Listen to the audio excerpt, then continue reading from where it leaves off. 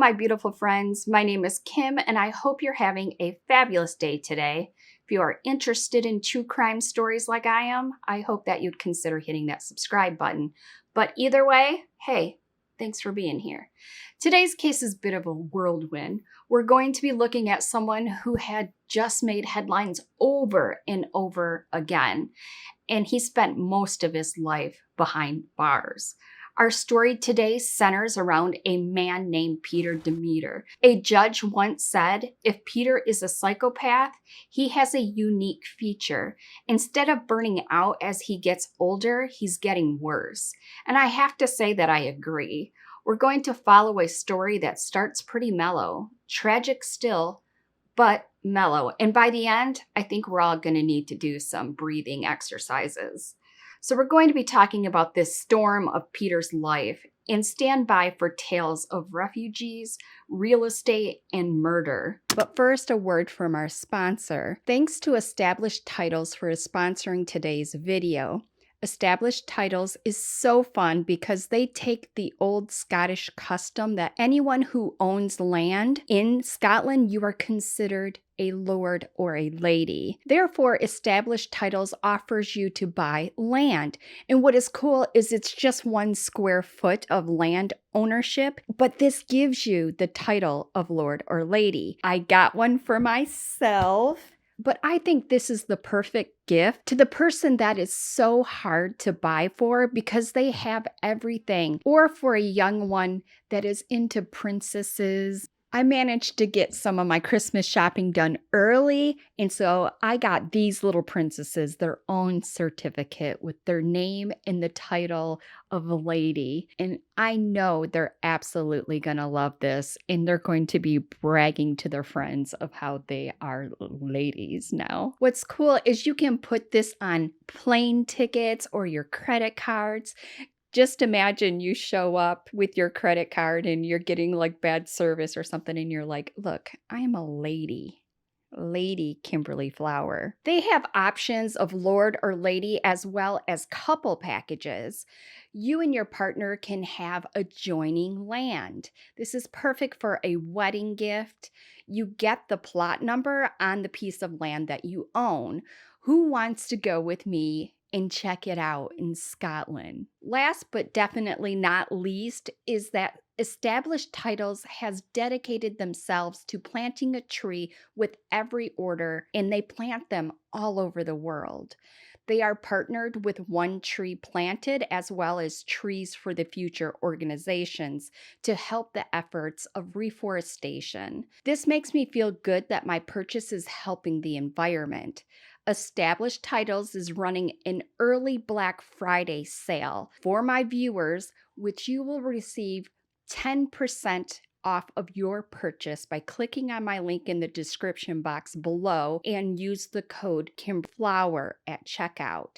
That's Established Titles /Kimflower. And of course, as always, the link will be below. The first 200 people purchasing a title pack using my link will effectively be next to my plot, within a few minutes of walking distance. Depending on how many of you want to become a lord or lady, we can build our little community, our little Kimberly Flower rockstar community. Thanks to Established Titles for sponsoring today's video, and thanks to all of you for listening. Peter was born on April 19th, 1933 in Budapest, Hungary, and he lived a very comfortable life. He was born into a wealthy hoity-toity family with maids and a private chauffeur that took him to school every day in a fancy Mercedes.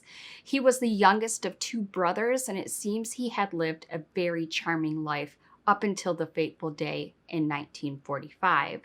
Peter was only 12 when his apartment building his family was living in was struck by a stray Russian shell, killing over 400 people, including Peter's father and older brother.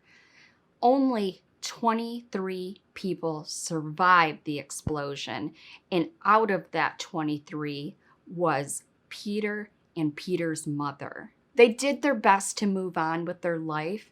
Peter did well at school and even went to study to become an actor.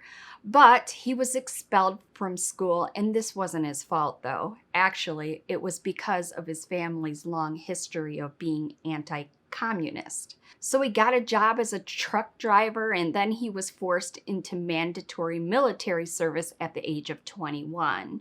But it wasn't the end of the world for Peter. Finally, when they managed to save enough money, Peter and his mother escaped to Vienna. It was now 1954, and they had to live in a refugee camp with thousands of others. But Peter was pretty resilient and resourceful. He managed to get a job working at a local radio station where he interviewed other refugees and talked about his life behind the Iron Curtain. It was during this time that he met his best bud, Saba. I'll put his last name on the screen. 2 years later, in 1956, Peter moved to Canada to stay with relatives. He could only stay there for 4 months because he had to return to Vienna to look after his sick mother. The next year, he moved back to Canada, and this time he stayed for good. Here, he even convinced Shava to move out with him, and here Peter shows us just how resourceful he could be. He only had $8 in his pocket when he moved, but he quickly started working as a real estate broker, selling homes to other Hungarian immigrants, and seems to have made quite a bit of money because in 1962, so that's only 5 years after he moved to Canada, he founded his own real estate company. He was able to invest $20,000 into a development project that was where he was building an apartment building in Ontario's West End. This was the start of Peter's shady business practices. Even at the time, the source of his $20,000 raised eyebrows amongst his peers. Allegedly, he made his money scamming investigators back in Hungary, but he was never charged with anything at the time, and Peter moved on with his project. Perhaps we're catching a glimpse just at the tip of the iceberg there, because trust me, he's got a lot more hiding under the surface. In 1965, he traveled back to Vienna, spending a lot of time on movie sets and fashion shows, because remember, his dream was to become an actor, so he felt comfortable in that environment. But instead of acting, this is where he met Maria Hunt. Maria was a fashion model. She lived a fabulous life and was just a bit of a wild card. She had a reputation of partying and enjoying life to the fullest and spending her nights with her many boyfriends and many girlfriends. But for Peter, it was love at first sight. She's so beautiful, I must marry her. He actually proposed to her the second time they met, telling her how he was a successful businessman and he could give her the best life back in Canada. But Maria was like, "You want me to go to Canada?" No. She was happy just living her life, and she rejected him. Peter was heartbroken. Not your normal heartbroken. He apparently had some sort of nervous breakdown and ended up spending 3 nights in a hospital before he went back to Canada alone. But poor Peter didn't give up. He sent her love letters after love letters, telling her that he loved her and he wanted her to be the mother of his children. And eventually, Maria started writing him back. She had a serious boyfriend at the time, but she kept these letters a secret from the man she was dating. And basically, she was just stringing Peter on along. Peter really did believe that he was getting somewhere with her. He went back to Vienna a year later to celebrate the anniversary of the night they had met for the first time. But that evening didn't really go the way he planned. He found out about Maria's boyfriend and went bursting into her apartment and assaulted her. And then he seemed to be done with her. I don't know if this assault was a slap, a punch. I don't know. It didn't really say in the reports. It just said that he assaulted her. So this time, Peter decided he wanted to get back up on the horse. Therefore, just 2 weeks later, he fell head over heels for Christine Ferrari. Christine was also a model. She was Austrian and came from a pretty poor background. She had dropped out of school when she was age 16 to marry Herbert Handling. This was in 1956. They must have gotten along well because they had a son the next year. But Christine wanted more. She had big dreams. She wanted to be a model, and she knew that she had the looks and she had the figure, and she really went for it. Her ambitions drove a wedge. Herbert could not deal with her wanting to live that sort of life. So they would end up divorcing in 1963. Herbert leaving with full custody of their son, and Christine leaving to pursue her modeling career in Vienna. And one day, while on the film set, she met Peter. I think film sets were Peter's Tinder, apparently. Things moved along quickly for the couple. Peter offered Christine the same things he offered Maria, but Christine agreed to move back to Toronto with them. Fast and a bit of a whirlwind, but they could still work, right? I think it's romantic and all of our hearts want to believe that he had a happily ever after, but this is a true crime episode. So y'all know where we're headed. There was talks about an affair, not about Peter, but Christine. Peter became suspicious. He got really controlling and sabotaged Christine's career in Canada. Then one night, she showed up at a friend's house with a busted lip and told her friend that she wanted out of the relationship. Her friends did what good friends do and tried to help her. They even bought her a plane ticket to go back to Austria. But for whatever reason, Christine didn't get on that flight. 9 days later, on her 27th birthday, she married Peter. I think we all had a friend like that. That seemed to patch things over. We're gonna make up, get married. Makes sense. So they were happy for a while, and then Christine gave birth to their daughter named Andrea. And this was in 1970. Peter was so happy. Peter had dreamed for this moment. All he talked about was children for so many years and how he wanted one, and now he finally had one. But this is Peter we're talking about. Andrea didn't look anything like him, so Christine must have had an affair, he thought. That's what he thought, and he did what any logical person would do, and he reached out to Maria Hunt, the first girl that he fell in love with, that he spent that time at the mental hospital because she rejected him. Apparently, he likes the torture. But anyways, he reaches back out to Maria. They started writing love letters again to each other, and this went on for years. Finally, in 1973, Maria wrote Peter to tell him that she is getting married. Peter said, "You're not doing that." He bought her a plane ticket and met her in Quebec, and they spent a romantic weekend together, just talking things over, reading the Bible, I'm sure. But by the end, they knew they just wanted to be together. So Maria went back to Vienna to wrap things up there, and she already had a plane ticket to come back to Peter in just over a month's time. Peter had to take care of a few things himself. The woman he was already married to. 4 weeks later, Christine was dead. Well, the thing is that Peter had an airtight alibi for the night that Christine was murdered. It goes like this. Peter and Christine were hosting friends and their friends' nieces for the weekend.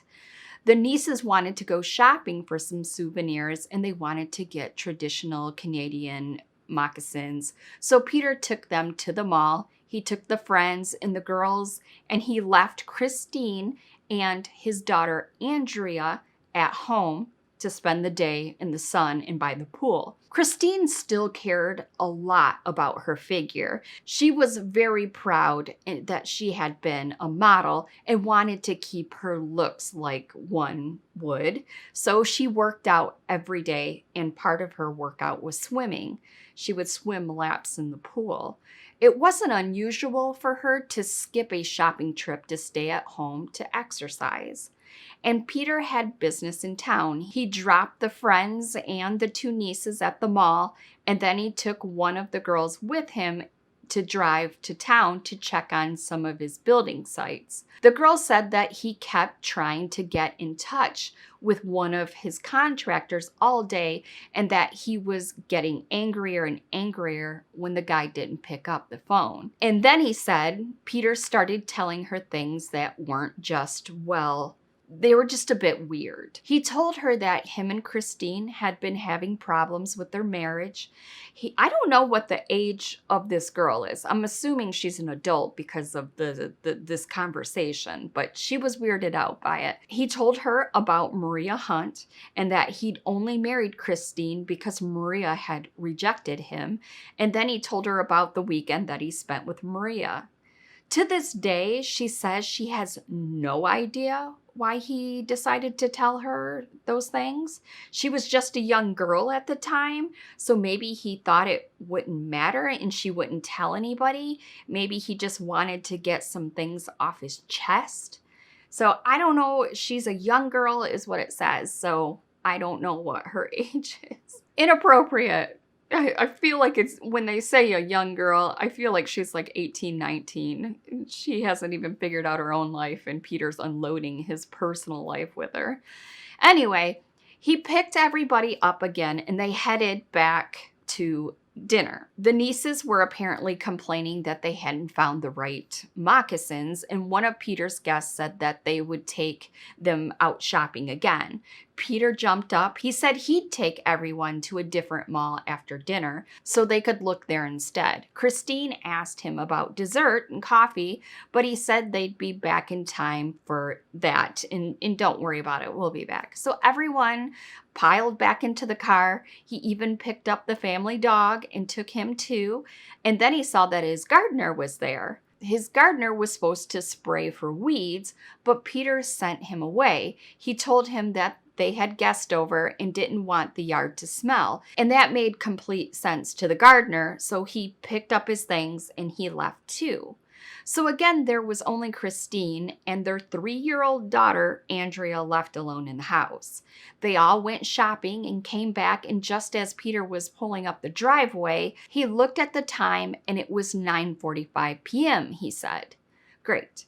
We're just in time for coffee. When the garage door opened, everyone in the car froze. They saw Christine laying on the floor in a big pool of blood. Everyone ran to help her, but she was already gone. And then they were running around trying to find Andrea. And thank God she was sitting in the living room watching cartoons. First, he said there had been an accident and his wife was dead in the garage. He apparently sounded very emotional and he was screaming and shouting and crying. When he calmed down, he changed his story though. He then said that he thought that maybe she did this to herself, and that's what the operator actually told the police. So the police showed up pretty relaxed, not really expecting much to happen at the scene, but it didn't take them long to realize that Christine had been murdered. Then they started to ask a lot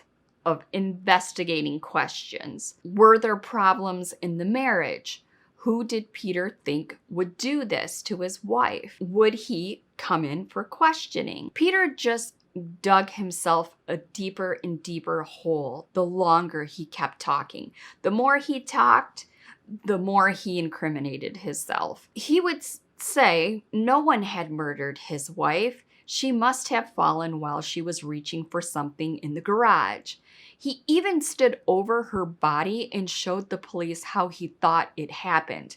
Now he's an investigator and he's telling the investigators, this is what happened. I think this, and they're just looking at him like, sir, Her head's bashed in. What?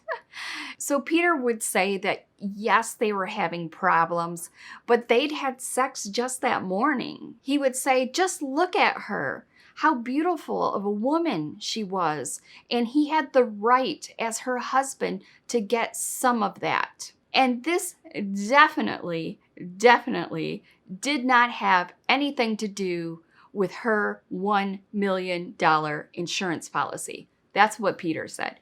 This has nothing to do with her $1 million insurance policy. They didn't ask him. It's not like I'm trying to give advice to people planning to murder their spouses. Murder, bad. But I kind of feel like, if you're already under investigation, maybe, just maybe, don't bring up your wife's life insurance policy, especially if no one even asked you. And he kept arguing with the police at the crime scene, telling them to hurry up and get Christine's body out of there. He got even angrier when they asked him to come down to the station. He wanted to know if he was a suspect before he went anywhere and was just really not acting like a man who'd just found out his wife and found her body in the garage. The police were already suspicious. They already knew that this was no accident. Christine had been hit 7 times in the head with a blunt object. There was blood spatter all over the garage. There was brain matter on the floor, and she had defensive wounds on her hands, and there was no forced entry. They had a pretty clear idea of what happened and who was behind it. You see, Christine had already been to a lawyer to talk about getting a divorce. She found all those love letters from Maria, and she wanted to know her rights and how she could keep custody of their daughter, Andrea. That was very important to her. So there was a pretty clear motive, even without the talk about the life insurance. But they let Peter go. They'd noticed that Peter had a bit of a mouth on him and realized that he'd probably end up hanging himself if they just gave him a little rope. So they went for the next best thing, Peter's old friend, Shaba. Shaba cracked pretty quickly. He said he'd known what Peter had been planning all along. He said Peter had started plotting all the way back a year ago into the marriage. Peter had planted so many different ways to kill Christine, it was hard to keep track. He was telling so many different ways he was going to do it. He was going to electrocute her while she was in the swimming pool. He was going to cut the brakes on her car. He was going to have Shava break into her house with a gun, take the gun and shoot Christine, shoot himself somewhere where he wouldn't kill himself, and then give the gun back to her and act like she attacked him. It was just a mess, but it gave the police an idea. Peter clearly trusted Shava. He trusted him enough to keep him in the loop of all the murder plots he had going on in his head. So they had Shava wear a wire. He managed to get a recording of Peter telling Shava to calm down. They were going to stay ahead of the police, and Shava had nothing to worry about. And he also said that he was angry about the hitman for the way he'd killed Christine. He was supposed to make it look like an accident, and now he'd have to deal with all this. So Peter hung himself out to dry. The police arrested him and charged him with non-capital murder, but Peter was ready to fight. He got top-notch, sleazy lawyers who were actually later disbarred, just to put them into context here, and they tried everything. They even said that Christine also had a motive to kill Peter because of his $1 million life insurance policy, even though the only man they could get to testify to that was a man already in prison who pointed the finger at the other guy who was already dead and couldn't testify. And then the prosecution brought out their surprise witness. Peter apparently gasped when Shava took the stand. He got really angry, and his lawyers had to keep him quiet and calm him down. And Shava told the court everything. The key bit of evidence being those recordings of Peter and Shaba talking together. The defense spent a crazy 10 days attacking Shaba's character. They couldn't do anything about the tapes, so they tried to make Shaba out to be just this horrible person to the jury. One quote from Peter's defense lawyer was, quote, "Peter is a self-made man and an attractive man. Shaba is a chronic, hapless failure as a human being."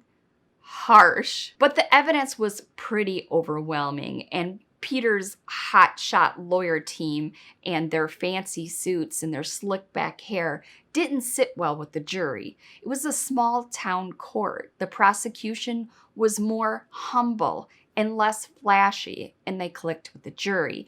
And Peter was convicted for non-capital murder and was sentenced to life in prison. With all of his appeals being rejected, his daughter was taken in by his cousin, and the cousin raised her as his own, him and his wife. So you would think the story would end here, but Peter struck again.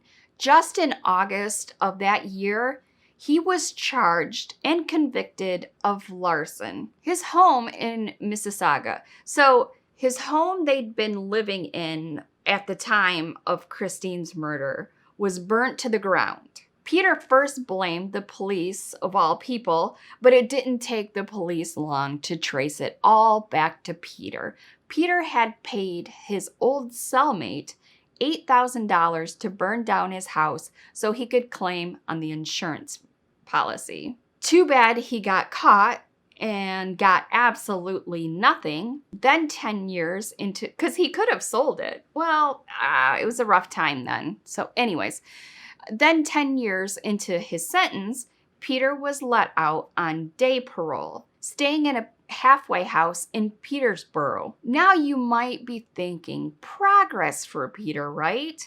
But Peter had it in for his cousin who was raising his daughter as his own. That's his target.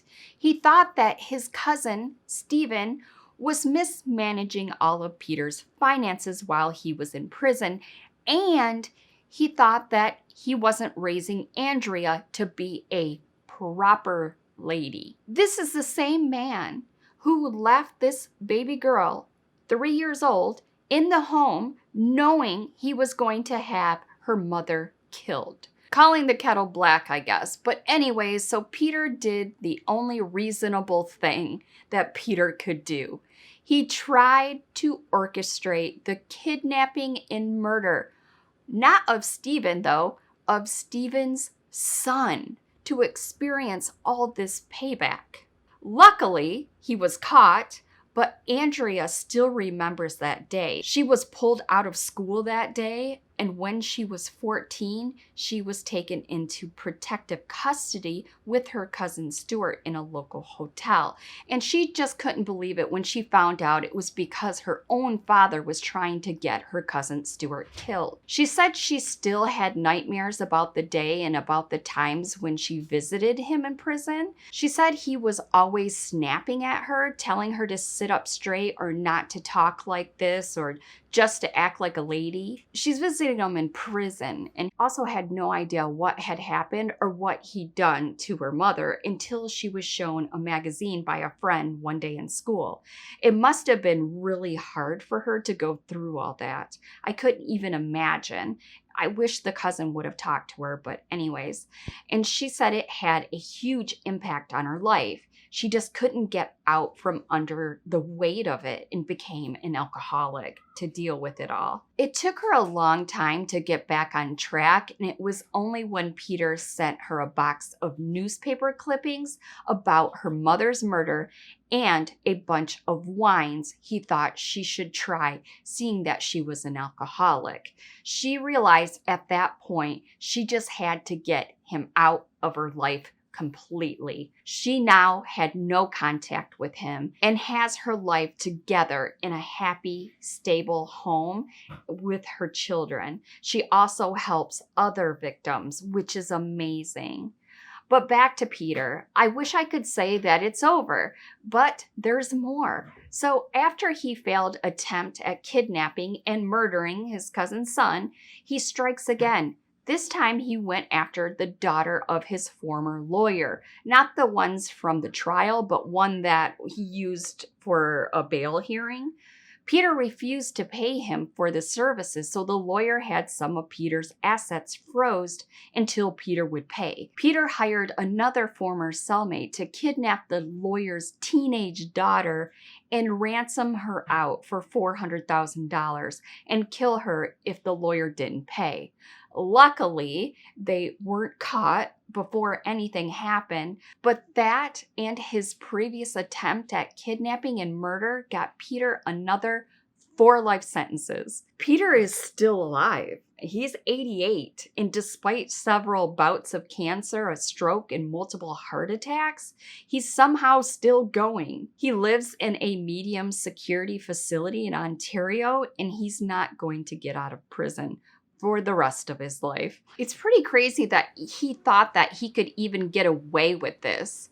Even if the hitman hadn't made a mess of the murder, Christine had already been to a lawyer and had already told her friends that Peter wanted to get rid of her. She said that she knew too much about Peter's business and finances and that he would never let her get a divorce.